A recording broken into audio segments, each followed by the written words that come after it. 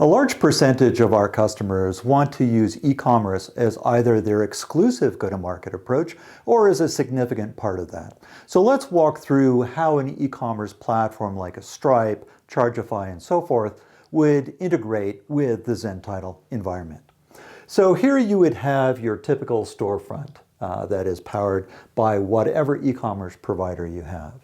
And very often there you'll have various editions of your product available for sale, perhaps in monthly subscription models, annual subscription, and so forth. And you'll typically have a good, better, best set of offerings where the customer can choose what is the right price point based on the specific set of capabilities that they want to have access to.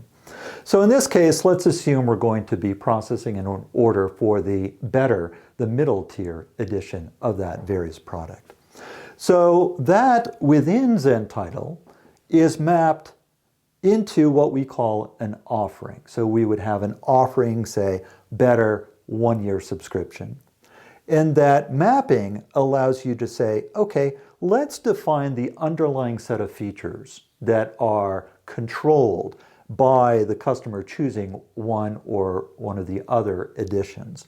And so that could be individual features that are turned off. It could be values for various capacity limits, some metric within your application that you want to limit. Could be number of users, could be a number of devices, channels, whatever makes sense. So again, we're assuming that we're going to be processing an order around that better edition. So as the e-commerce triggers the purchased event, typically firing off a webhook or something of that nature, it will then trigger an event handler that will then say, okay, we're now going to create an entitlement for that specific customer against that offering, that SKU, that definition of the edition. So it will initially set the set of rights for that customer based on the pattern that is included in the definition of that offering. So there you'll get a customer-specific entitlement that inherits the initial set of capabilities against that offering. So once that's created in the Zentitle system, you can then automatically send out the set of credentials to that end customer that just made that purchase. So part of that could be an email address, or if you're using an identity or account-based licensing model, could be a license key if you're using a license key-based model, and so forth. So the end customer would get that set of credentials, and that would allow them to run the application and activate using our licensing API against that same entitlement. Right? So that is the flow. Once that entitlement is also there, you can then provide a view into that, again, back to that end customer, or perhaps procurement within the end customer, so that they can see the current status of that license. Has it been activated? When does it expire? How many seats are in use? What is the usage over time?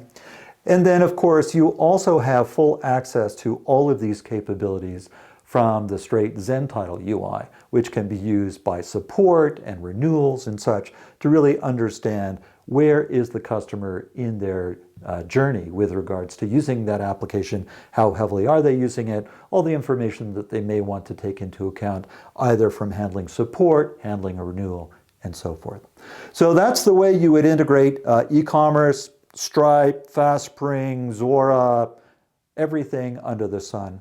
An easy way of mapping good, better, best type editions onto an underlying set of editions and definitions of how that would generate the specific entitlement. Easy way of generating the entitlement, easy way of getting credentials out, easy way of activating, and then being able to manage that throughout the entire life cycle.